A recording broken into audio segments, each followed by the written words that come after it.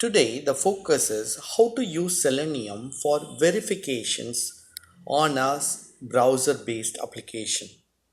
To begin with, let's start with browser-related verification. Assume that your test case is asking you to verify the title of the page. How do we do that? So, we have a method called getTitle, which can return you the title of the page as a string. Similarly, if you wanted to find the URL of the browser, then you will get current URL will return you the URL of the application in a string. The last one we are interested here is page source. If you remember, if I right click on any page, then you will see the HTML content of the developer return code. So if you wanted to look for the content, then you can ask for a method called get page source. Let's deep dive. The first one is get title. So all these methods apply to the browser of any type, any version. So no second thought about it. Now, if you wanted to retrieve the title of the page without the white spaces, please note with the leading and the trailing white space will be automatically trimmed even if it has one. If there is no title set, then it will return null. So let me repeat. The title of the current page will be returned without the white spaces at the beginning and the end. And as well, if the title is not set by the developer, it will return null. So what is the syntax? Driver.getTitle. In the application that you are looking, if you remember, this is what we call as a title.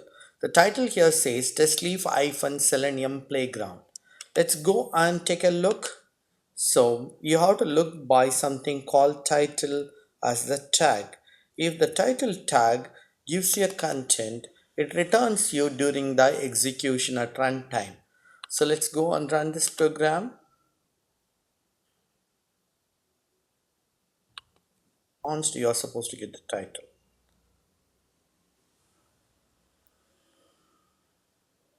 The title is received. So in your scenario, if you want to verify the title, you can write the code driver.getTitle.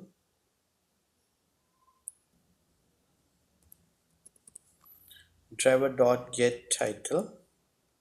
And as you know that getTitle is going to return a string dot contains. So contains, let's say TestLeaf. Then I'm going to call it as a pass. I say sys out. I confirm the title as TestLeaf.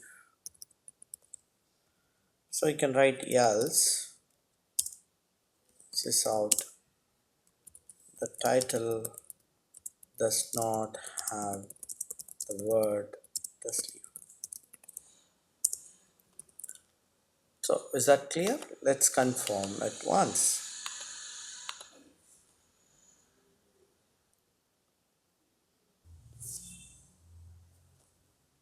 So it says I confirm the title has TestLeaf. So which means you were able to see by the title.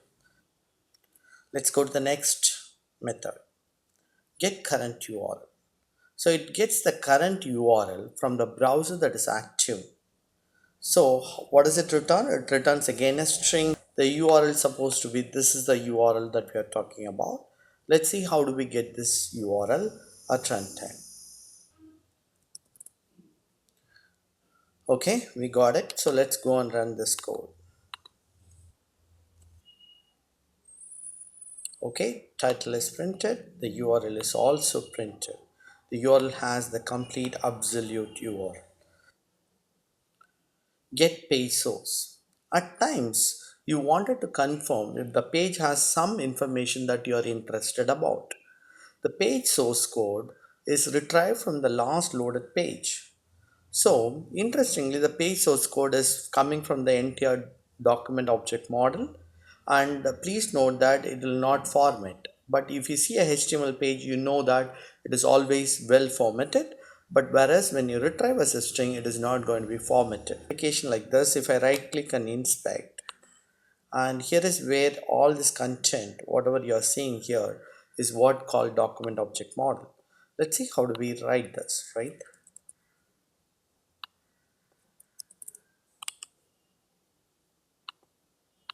So let's run this now. So it's going to launch browser as we said. It's going to bring the title, the current URL, followed by the page source, considering that the full content is going to be brought in right from the source code, starting from the HTML tag all the way to the end of the HTML tag. So it's brought in. So we good.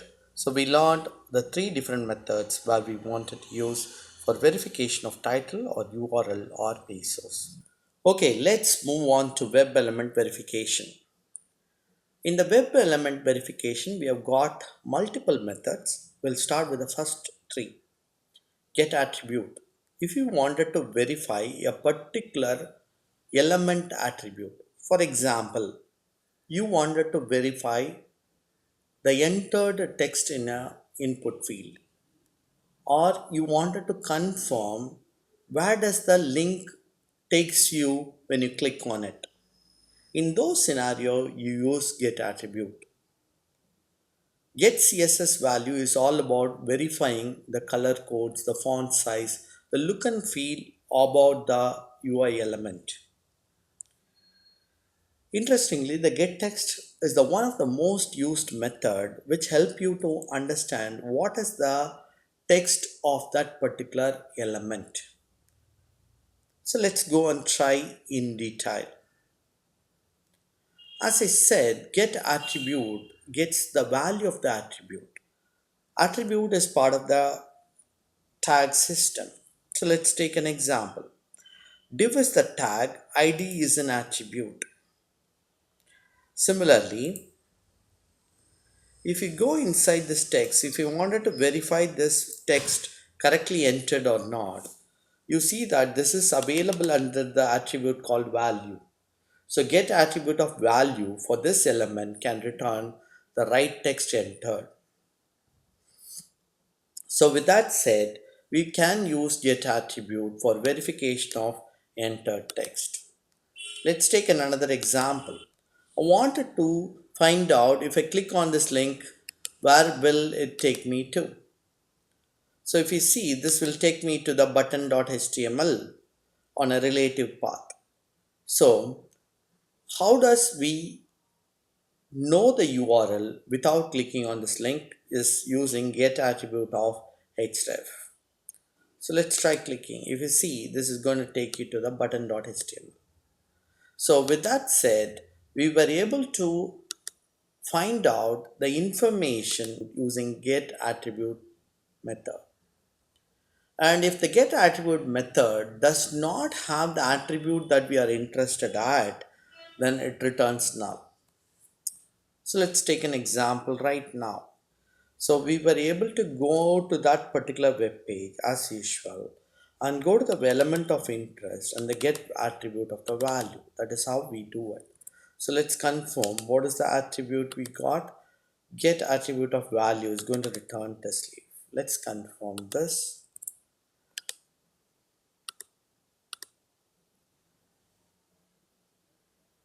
So it actually read the value as expected, TestLeaf. Let's take another example. Let's go to the hyperlink page and try getting for this link. So I'm going to take the link. This is the name of the link. So we're going to find by link text.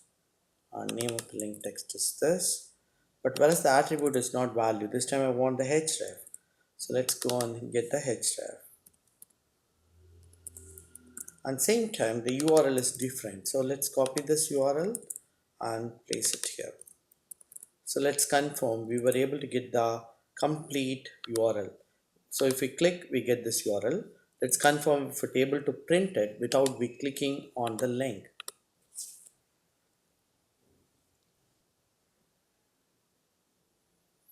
Okay, we were able to get the entire absolute URL using the get attribute. Let's go to the next method. The next method is interesting. The one commonly used for UI validation with the look and feel. So the CSS is generally returned by the developer UI developer for the look and feel. If you wanted to validate the look and feel like colors, fonts, etc., we can use the method called getCSSValue. Interestingly, please note that you cannot use the shorthand CSS properties like background or font or border because these are all shorthand. You need to write them using the full hand. For example, I wanted to go and find this color. So what I can do here is I can go and find this one called background color.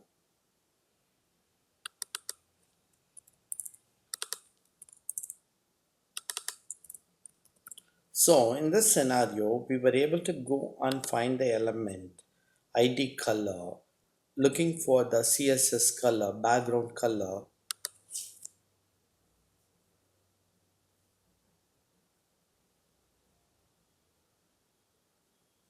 So we got red, green, blue, and amber. So I'm going to take a online tool to confirm the RGBA color is correct. As you learned, as soon as I place the value as in the console, like the color exactly matches what we are interested at. So with that said, let's move forward to the next method. Get text. Get text is to read the text from that particular tag. The tag is button. The text is between the closure of the regular tag with the end tag is what the text is. So how do we read the text? Using the method getText. So let's go and write the code to retrieve the text now. Dot getText. So let's run the code now. So that confirms that it could be able to read the text. If the text not available, then it returns you the null. And by the way, if the text contains white spaces at the beginning or the end, it will trim automatically. Okay, now let's go to the next set of three methods. Get location, get size, get tag name. Get location finds the location of the element in XY coordinate. Get size method which will return you the width and height of the element. Get tag name will return you the tag name of the element. Let's see in detail. Get location will find out the left hand corner of the element, which will be giving you as both x and y coordinate as a point. Let us see an example. Let's start with the get location here. So as I mentioned, get location is going to return the point. If you're interested to get only the x, then use get x, or if you're interested at the y, get the get y. So let's try running this code right now. So for this element, the y coordinate will be returned. Okay, we got 408. As you know that this can change based on the resolution or the browser size in which you are running. If you are planning to have both x and y, use directly the point, which is going to give you the point combination of both x and y. Okay, good. It is a combination of both x and y. Get size. This will return you the width and the height of the element. Let's take an example. How do we deal with it? For the same example of what color am I, let's try looking for the width and the height. Let's go and write the program. We'll get the both width and the height. So we'll start with the get size. As I told you, get size will return you the dimension which will have both width and the height. If you're interested only on the width, say get width. If you're interested on the height, then say get height. So let's run this program.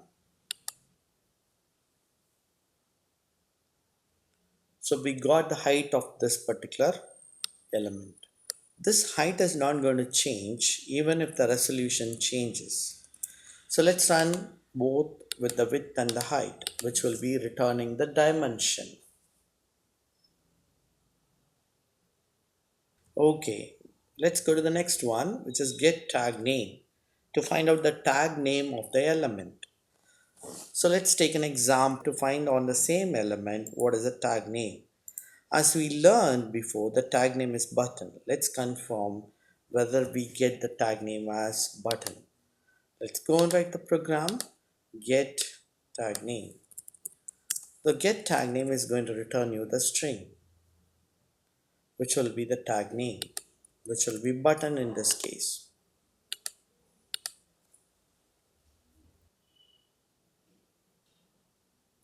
Okay, we were able to retrieve the tag name. Very good. So let's go to the next three ones, which is going to be the most interesting one too. So we are going to find out whether the element is displayed, is enabled if it is editable, if it is selected, if it is selected meaning radio button or checkbox where you have an option like selected. So we're going to find those options. As you noted here, there is a prefix called is. So return type is going to be Boolean in these kind of scenarios. So let's try one at a time. Is displayed. Is displayed is going to tell you whether the element is displayed or not. If the element is hidden, then you will get the return as false. If it is visible, then it is going to return as true. If the element itself does not exist, your find element is going to throw no such element exception. Let's try. So we'll take the same example. We'll find the element and see if the element is displayed or not. So as you learned it, the element is visible. Hence, if you run this program, you are supposed to get true as the return type. Super. Okay, let's take an element that does not exist and see what happens. Let's put color 1. Color 1 is not existing. So it is not even going to go to this method because find element is going to throw no such element exception. You have implicit wait of 30 seconds. So by our learning, find element is going to wait for 30 seconds before it says I couldn't find the element, with the exception thrown as no such element exception. Okay, so we got an exception, no such element exception, and we got it after 30 seconds. So which confirms that is displayed is always return true when it is visible. If the element is available on the DOM but it is not visible, which is hidden, then it will return false. Great, let's go to the next one, which is enabled. This is applicable only for input elements, and if the element is editable, then you get true. If the element is not editable, you get false. We'll take an example now. So if you note down, this element is editable and this element is not editable, right? Let's take one of the element which is editable. We'll take one of the element not editable. So let's go and try that first.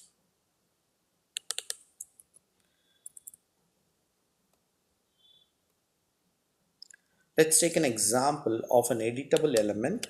Let me see an editable element and has a name as username. So I'm going to write find element by name. Is it enabled? So we are going to get a Boolean results true or false. Let's confirm. So what is the expected output? It is going to be true because it is enabled to provide input. So we got true. Let's try to interact with the element which is disabled. Let's take this element. This element does not have any locator, so I'm going to use XPath. So I'm going to copy the XPath and rewrite the code as driver.findElement to a single quote. So I'm going to run this to confirm whether it is enabled or not. What is the expected output? It's going to say false because it is not editable. So as you learned, enabled become false as it is not editable. Great. Is it selected? This is applicable only, as I told you, for a drop down or a checkbox. So in this checkbox, as you learned it, the Java is not checked whereas Selenium is checked. So I'm going to write a program quickly to see if it is checked or unchecked. So let's go and write very quick. going to look for the element.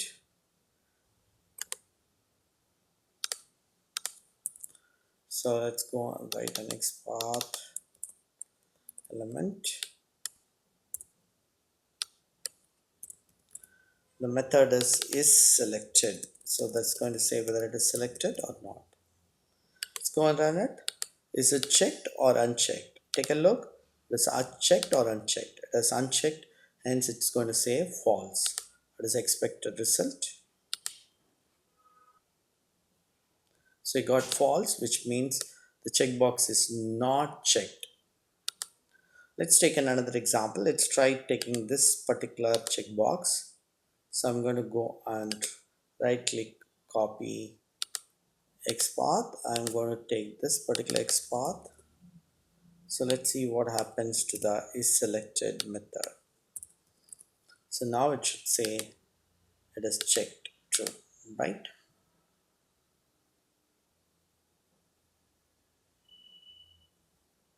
So we got true.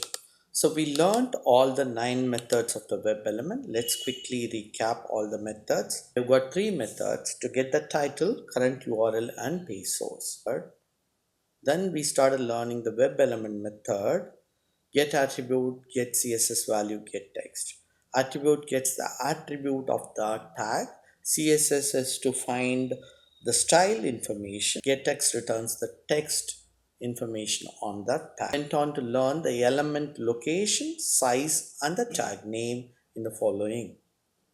And then finally, if the element is displayed, if the edit field is enabled or button is enabled, or if the radio button or checkbox is selected or unchecked. So with that said, we understood all the verification methods that are of interest to us.